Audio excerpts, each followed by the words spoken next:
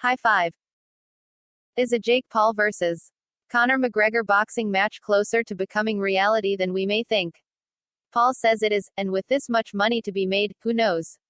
Jake Paul is set to box former UFC welterweight champion Tyron Woodley on August 29 in Cleveland, Ohio, but don't think he's forgotten about his larger quest to eventually fight Conor McGregor. In fact, Paul made quite the explosive claim on the Herd with Colin Cowherd, provided he was telling the truth.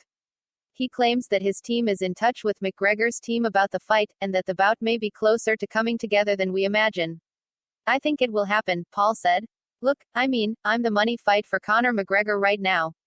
There is no other fighter right now who is on a bigger level than me that is calling out Conor McGregor and wants to fight Conor. Our team is in touch with his team and there's talks of it actually happening. And people at first thought I was just joking when I said I wanted to fight him.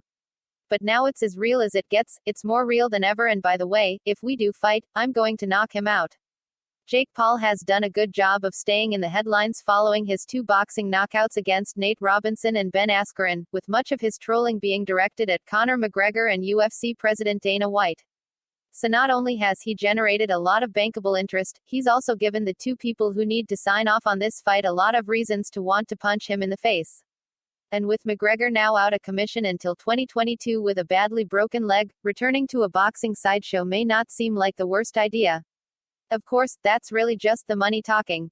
McGregor vs. Jake Paul would make an obnoxious amount of money for everyone involved. An obnoxious, disgusting, ridiculous amount. Jake also used McGregor to hype up his fight with Tyron, declaring, I think Tyron Woodley is a tougher opponent than Conor McGregor.